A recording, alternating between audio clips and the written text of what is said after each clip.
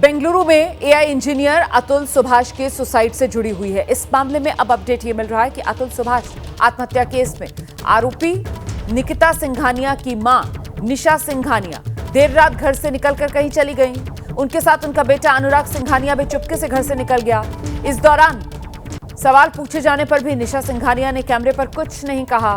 अब सवाल ये कि आखिर निकिता का परिवार कहां चला गया है, क्या फरार हो गया है, आखिर उन्हें किस बात का डर है, क्या कुछ छिपा रहा है निकिता का परिवार। ये वो तमाम सवाल हैं जिनके जवाब का इंतजार। ये तस्वीर आप देख रहे हैं, निशा सिंघानिया निकिता सिंघानिया की मां है और रात के अंधेरे में चुपके से घर से निकलती हैं। अनुराग सिंघानिया इनका बेटा भी अपने घर से निकलता है और दोनों माँ बेटे कहाँ चले गए किसी को कुछ नहीं पता। मीडिया के कैमरे वहां पर मौजूद थे, मीडिया के लोग इनसे बात करना चाह रहे थे, मीडिया से कोई बात नहीं की इन्होंने।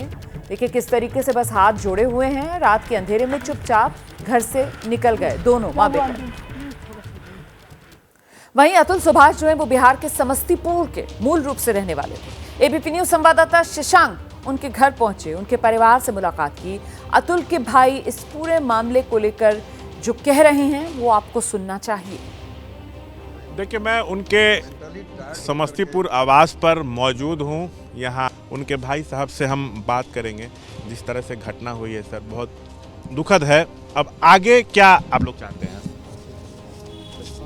सर, मैं सबसे पहले तो सुप्रीम कोर्ट से ये दरख्वास्त करना चाहता हूँ कि ये केस को स्यू मोटो अपने अंदर लिया जाए। जिस तरह से हरासमेंट जिस लोगों ने किया है उस लोगों के खिलाफ जो है वो सख्त से सख्त जो है वो सज़ा देनी चाहिए।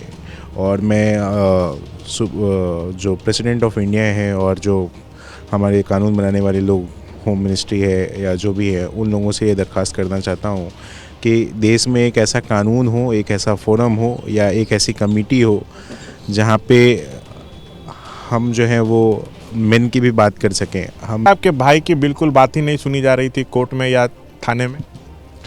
सर, अगर बात सुनने की बात नहीं है, बात यह है कि करप्शन, अगर आप पैसे दोगे तो आपकी बातें करी जाएगी, आपकी बातें सुनी जाएगी।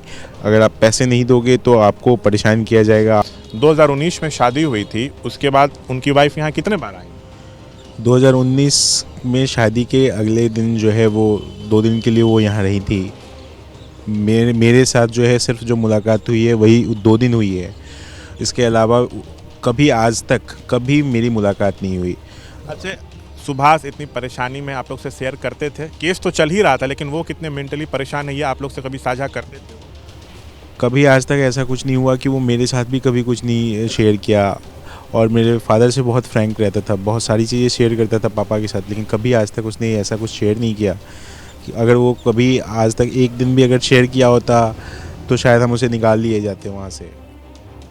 इस बीच आपको सुसाइड केस से जुड़ी एक और बड़ी खबर बता देते हैं। खबर ये मिल रही है कि अतुल सुभाष सुसाइड केस की जांच के लिए बेंगलुरु पुलिस की एक टीम जौनपुर के लिए निकल चुकी है। सूत्रों के मुताबिक अतुल सुभाष की पत्नी और परिवार को नोटिस देने के लिए बेंगलुरु पुलिस की टीम निकली है। सीधे आपको लेकर चलेंगे, हमारे साथ हमारे तमाम सहयोगी। जौनपुर से जावेद अहमद इस वक्त मौजूद हैं, समस्तीपुर से शशांक हमारे साथ मौजूद हैं और साथ ही आप देख रहे हैं हैदराबाद से आशीष भी हमारे साथ जुड़ गए हैं। जरा पहले आपको जौनपुर लेकर चलते हैं और जानते हैं जावेद अहमद से, परिवार आखिरकार सिंघानिया परिवार, ये तो रात के अंधेरे में हमने देखा किस तरीके से माँ बेटे दोनों निकल गए। इनको लेकर कुछ जानकारी मिल पा रही है जावेद, कहाँ है ये?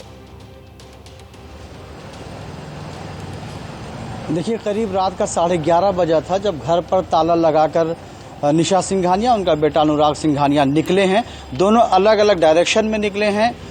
माता जो है, जो अनुराग की माता है, जो निकिता की माता निशा हैं, वो एक बाइक पर बैठकर चली जाती हैं। बात करने की बहुत कोशिशें की गई, लेकिन उन्हें हाथ जोड़ लिया और कैमरे पर कुछ भी बात करने से मना कर दिया। हालांकि हम आपको एक बात ये भी बता दें कि जो बेंगलुरु पुलिस के आने की यहाँ पर सूचना है, उसको यहाँ के प्रशासन ने अभी तक मना किया है कि शायद उनको कुछ इसकी जानकारी नहीं, कोई टीम यहाँ आ रही है।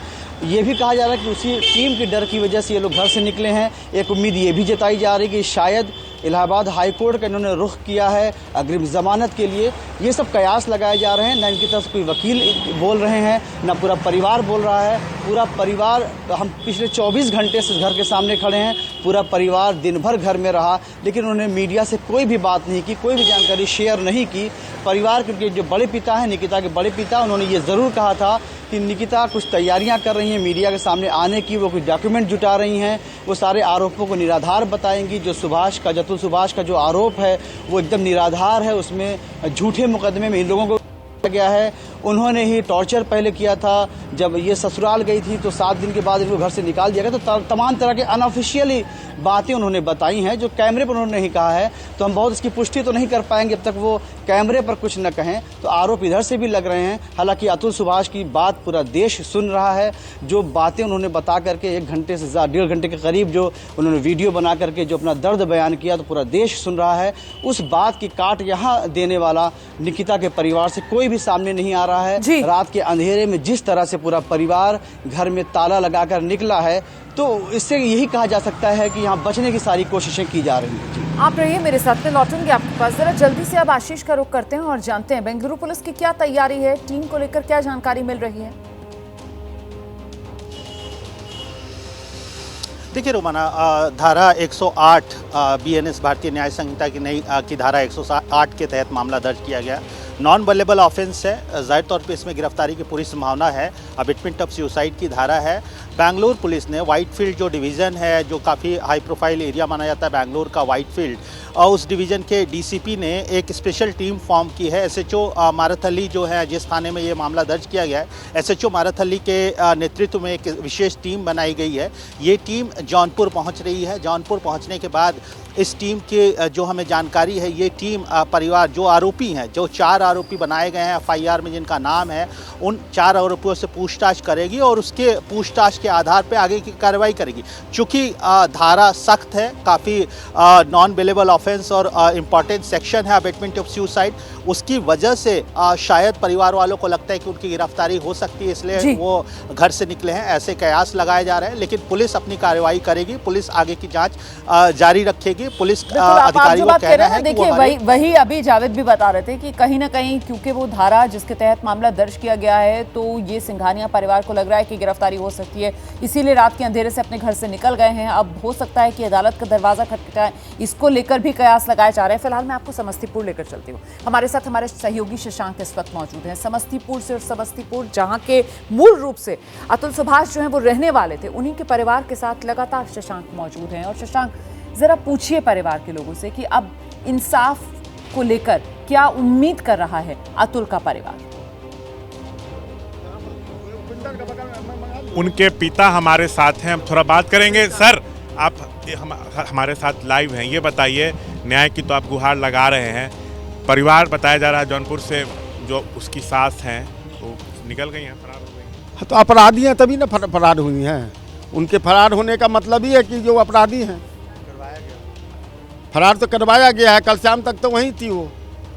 बताइए, कुछ और आरोप जो लगाए गए हैं उधर से कि शराब पीकर पिटाई करते थे, एक बार दहेज दे दिए, उसके बाद दोबारा 10 लाख मांगे, इसलिए उनके ससुर की तबीयत खराब हो गई।